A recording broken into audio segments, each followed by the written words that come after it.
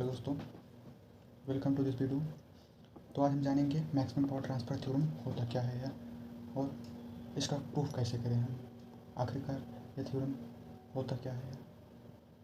बहुत ही important theorem है exam की दृष्टि से। तो मैक्सिमम पावर ट्रांसफ़र थ्योरम, इसका पहले स्टेटमेंट देखिए। इसका स्टेटमेंट क्या कहता है। This theorem state that the maximum power should be transfer from source to load when there internal resistance is equal to the load resistance. जो मैक्सिमम पावर होता है शुड बी ट्रांसफ़र होना चाहिए है सोर्स से लोड की ओर। कब, when their internal, जब कब होगा, जब उसका इंटरनल रेजिस्टेंस इसके बराबर होगा लोड रेजिस्टेंस के। इंटरनल रेजिस्टेंस को हम किससे डिनोट करते हैं, आर आई से, और लोड रेजिस्टेंस को हम किससे डिनोट करते हैं, आर एल से है। R I equal to R L, R I equal to R L कब होगा, जब ये दोनों बराबर होगा तब मैक्सिमम पावर ट्रांसफर थ्योरम लागू होगा। जब उसका internal resistance equal to the load resistance के बराबर होगा। ठीक, एक बार फिर देख लो theorem. This theorem state that the maximum power should be transfer from source to load when there internal resistance equal to the load resistance. If internal resistance and load resistance equal to, internal resistance क्या है, R I, load resistance R L, तो then तो इस theorem के हिसाब से theorem क्या कहता है, R I equal to R L, R I equal to R L, तब maximum power should be transfer. तो मैक्सिमम पावर कहाँ ट्रांसफर होगा, शुड बी ट्रांसफर होना चाहिए कहाँ से, from source to load, source to load यानी सोर्स टू लोड यानी Z I to Z L, Z I to Z L, यही कहता है ना। The maximum power should be transfer तभी होना चाहिए जब क्या, when there internal resistance equal to the load resistance, जब उसका इंटरनल रेजिस्टेंस लोड रेजिस्टेंस के बराबर हो गया, यानी R I equal to R L जब हो गया तो Z I equal to Z L आराम से हो जाएगा। ठीक, अब हम इसका देखते हैं प्रूफ। ठीक, तो हम इसका प्रूफ देखते हैं।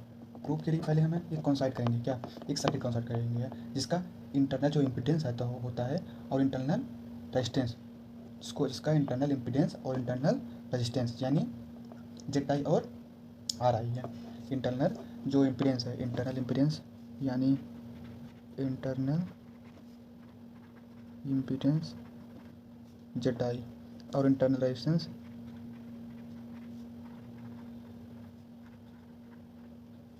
आर आई डिनोट करते हैं। इसको लिख सकते हैं यहाँ पर इंटरनल रेजिस्टेंस आर आई और इंटरनल इम्पिडेंस जेड आई। और यहाँ पे जो यूज हुआ जेड एल जो होता है, आप इसको जो फिगर बना के इसको डिनोट कर सकते हैं। जेड एल जो होता है इसको आप लिख सकते हैं लोड रेजिस्टेंस।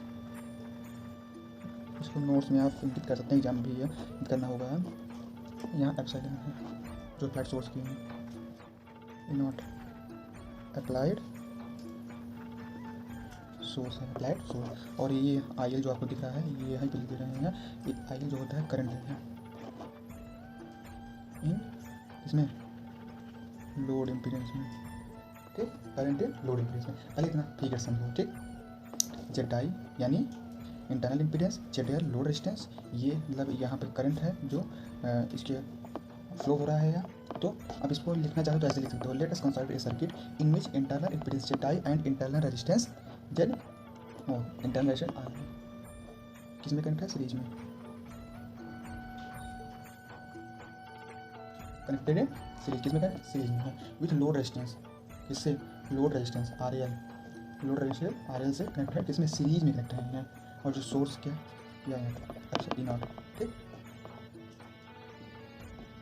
ये फिगर समझ गए ना। अब इसी फिगर से हम इसको कैलकुलेट करके हमको दिखाना है R I equal to sorry Z I equal to Z, इसी फिगर से हमको कैलकुलेट करके दिखाना है यार Z I equal to Z L.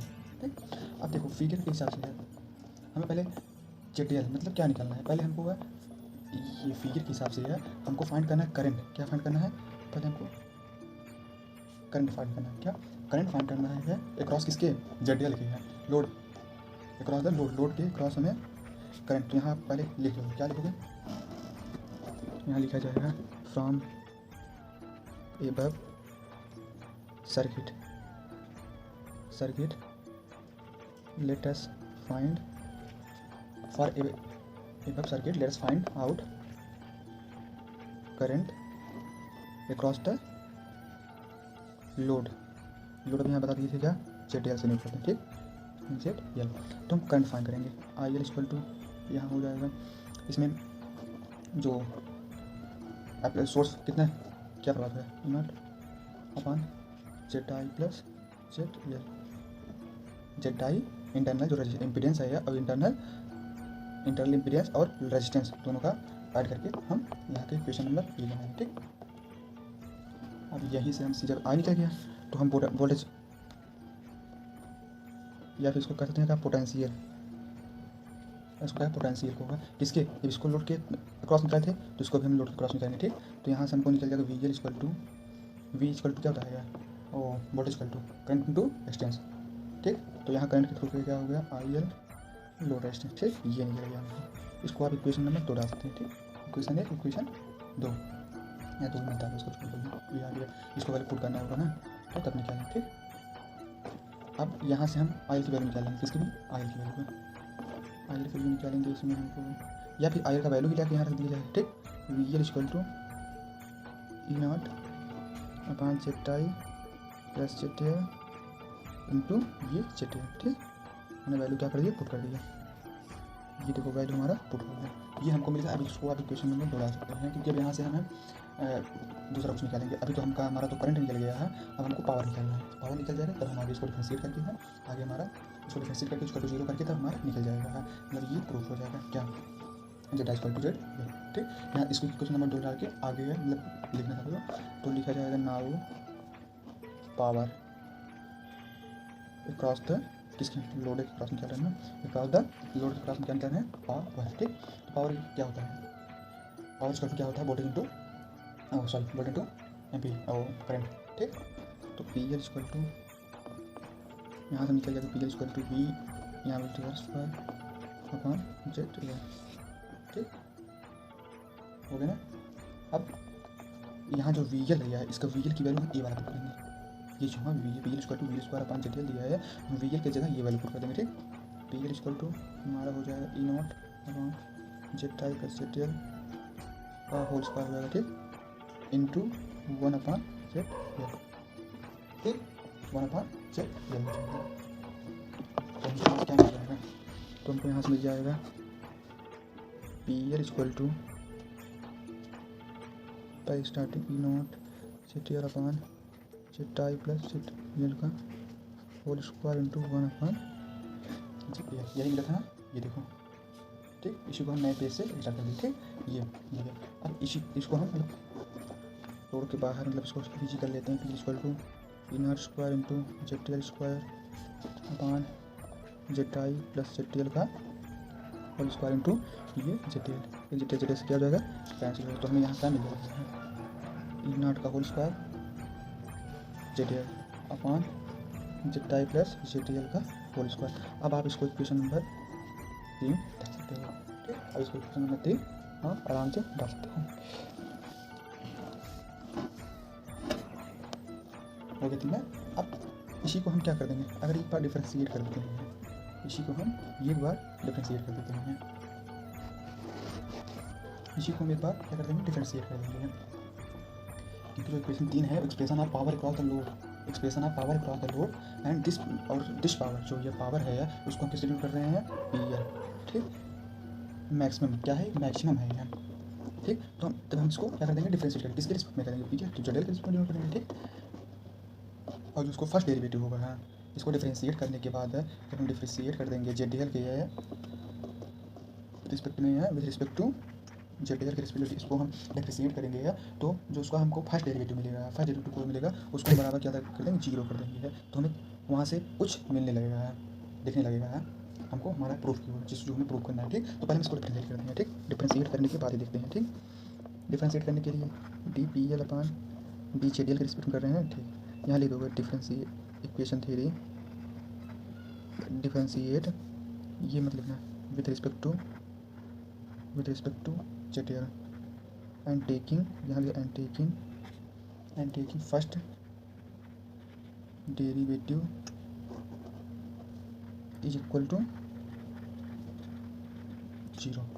ठीक, तो डी पी एल और D Z L equal to हो जाएगा यहाँ D by D Z L E not whole square Z L upon Z I plus Z L का whole square. ठीक, हमको इतना मिल गया डिफरेंशिएट करने के बाद, डिफरेंशिएट किए नहीं हैं, ओनली फॉर दर्शा दिए हैं, इतना मिल गया। ठीक। अब हम इसको डिफरेंशिएट करने के क्या करेंगे, डी पी एल वैसे रहेंगे बराबर लिखेंगे है, ई नॉट बाहर कर देंगे, D by D Z T L, यहाँ हमको मिल जाएगा क्या, Z T L upon Z I plus Z T L का होल स्क्वायर। ठीक, इतना मिल गया हमको। अब इसी को हम इक्वल टू यहाँ D P L by D Z L इधर चलेगा ना, अब इसको अगर लिखते हो कॉपी करते हो तो इसको लिख लीजिएगा। ठीक, whole square D by D Z T L को, अब हमको यहाँ से Z T L Z I plus Z T L को ऊपर ले जाकर रहता है तो इनवर्स में हो गया। ठीक, -2 हो गया। ठीक, अब आप उसको लिखें ई नॉट का होल स्क्वायर, ई नॉट का होल स्क्वायर हो गया। ठीक है, यहाँ हमको फर्स्ट एंड सेकंड का लगा देंगे। ठीक, फर्स्ट जेड टी एल यहाँ पहले -2 लिखा जाएगा, -2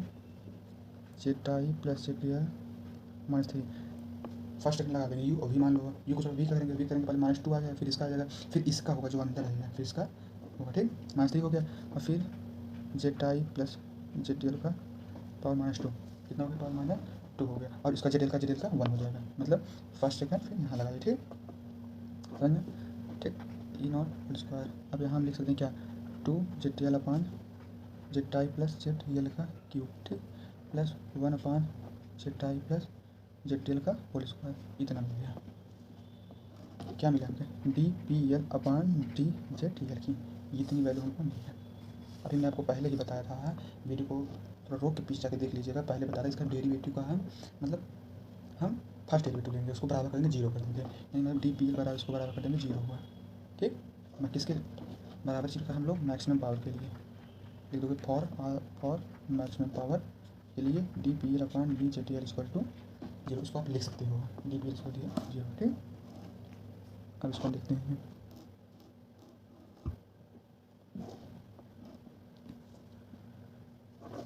0 हो। ठीक, अब इसी को हम ऊपर वाले इक्वेशन में यूज़ करते हैं, यानी D P L by G जेल का वैल्यू यहाँ पुट कर देंगे, ये वैल्यू इतना इधर है। ठीक, इसका वैल्यू तो पहले हम ई नॉट होल जो square does not equal to 0 कर देंगे, या इसीलिए ये बाहर हो जाएगा। ठीक, तो हमको यहाँ मिल जाएगा क्या है, 0 इक्वल टू, ये 0 है, 0 इक्वल टू ई नॉट का whole D P L upon D Z equal 0 है, तो यहाँ 0 पुट कर देंगे, ई नॉट है 2 Z T L upon Z I plus Z T L का cube plus 1 upon Z I plus Z T L का whole square.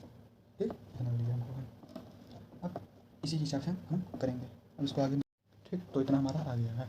अब हम यहाँ लिख देंगे ये से, जैसे यहाँ आपको लिखना also E not whole square does not equal to 0 कर दोगे। ठीक, फिर इसके आगे ऐसे लिखने का, फिर 30 क्या हो जाएगा, क्या बन जाएगा हमारा क्या, -2 Z T L upon Z I plus Z T L का क्या हम यहाँ क्यूब कर देंगे, plus 1 upon Z I plus Z T L का होल स्क्वायर है इक्वल टू 0 पे। अब हम इसको उधर ले जाएंगे, 2 Z T L upon Z I plus Z T L का cube equal to -1 upon Z I plus Z T L का होल स्क्वायर, नेगेटिव कैंसिल हो जाएगा। ठीक, तो यहाँ हमको मिल जाएगा क्या, 2 Z T L upon Z I plus Z T L का cube equal to 1 upon Z I plus Z T L का होल स्क्वायर, 2 कट जाएगा, एक इधर चला जाएगा। ठीक, 2 Z T L equal to Z I plus Z L, ये मिल गया। ठीक, Z I equal to 2 Z T L minus पक्षांतर करने। ठीक, यहाँ से हमको मिल जाएगा जेड आई इक्वल टू क्या, जेड टी एल, इसी को हमको क्या करना था, प्रूव करना था, Z I equal to Z है। अब यहाँ लिख देंगे क्या, this for Z I equal to Z T L maximum power transfer form. अब हमारा मैक्सिमम जो पावर हो गया वो ट्रांसफ़र हो गया, transfer from source to load. ठीक, तो ये हुआ आपका proof maximum power transfer theorem का। और हमने आपको स्टेटमेंट बताया, उसका प्रूफ बताया, एकदम मतलब एक स्टेप करके आपको बताया है। आपको जहाँ समझ में आप कमेंट कर सकते हैं, हमसे पूछ सकते हैं। इसमें जो थोड़ी त्रुटि हो, कोई त्रुटि हुई हो तो आप कमेंट करके हमको बता सकते हैं, हम उसमें सुधार करने की कोशिश करेंगे। ठीक है, और अगर वीडियो अच्छी लगी तो please like comment and subscribe. ठीक, like comment and subscribe. Thank you.